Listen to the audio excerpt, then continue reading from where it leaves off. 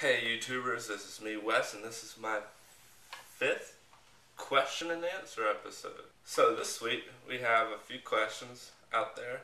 Someone has a set of questions about my balance and what I mentioned in the last video.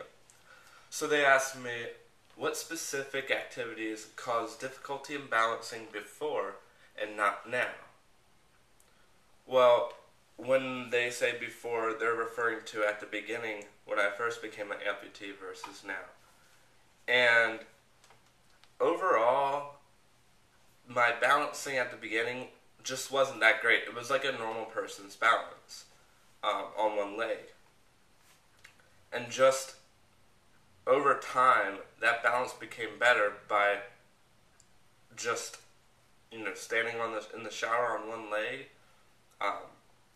by hopping around, just doing random stuff where I would end up using just one leg. And that kind of answers one of the next questions. It says, did you do any exercise to improve your balance? Well, in particular, I didn't try to improve my balance by doing any specific exercises. During rehab, they did try to help me with my balance, but I already have pretty good balance. If nothing special, what sustained physical activity did you engage in that had the effect of improving your balance?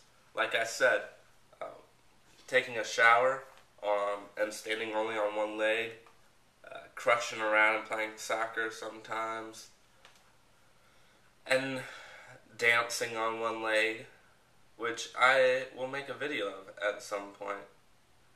It's like a good video to make. Yeah. Remind me. Lastly, it says, is there anything that causes balance difficulties, and what do you do about it? In general, the only things that cause difficulty balancing is whether or not I'm tired or sleepy.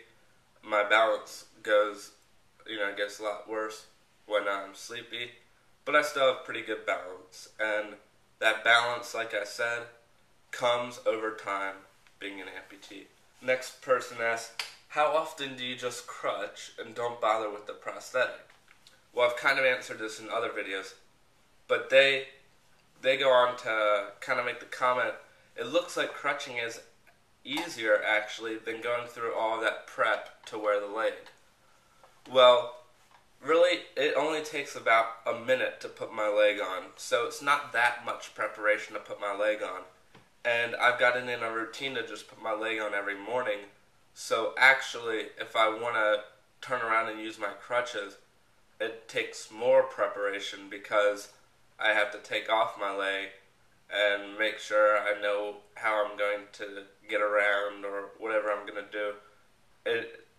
Going without my prosthetic becomes more of a hassle. Next person asks, with every step you take, do you have to think about walking on your prosthetic? Does it become second nature, where you forget you even have a prosthetic? So the answer to the first part of that question is no, I don't really have to think about walking on a prosthetic. And the answer to the second part, does it become second nature, where you almost forget it's even there? Yes. Over time,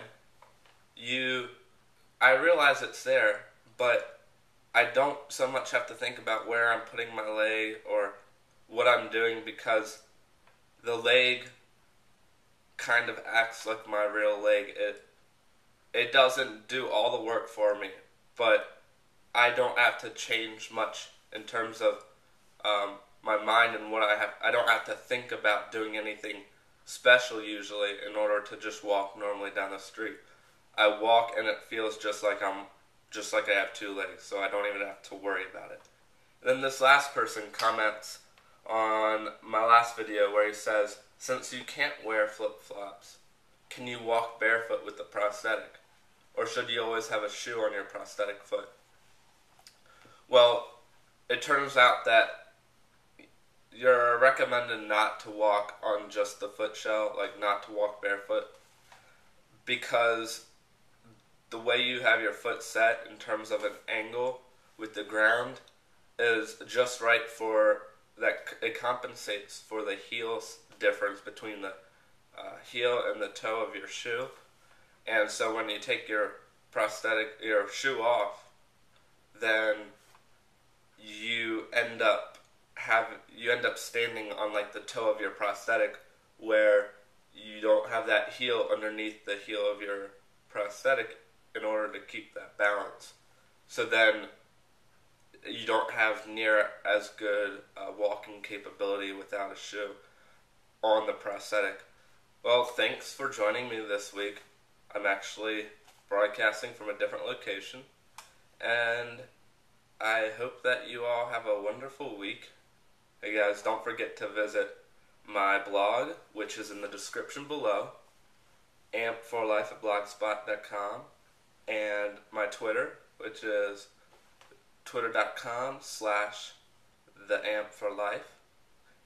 And don't forget to subscribe, and please leave your comments and questions below, and I'll be sure to answer them in next week's episode of Question and Answers.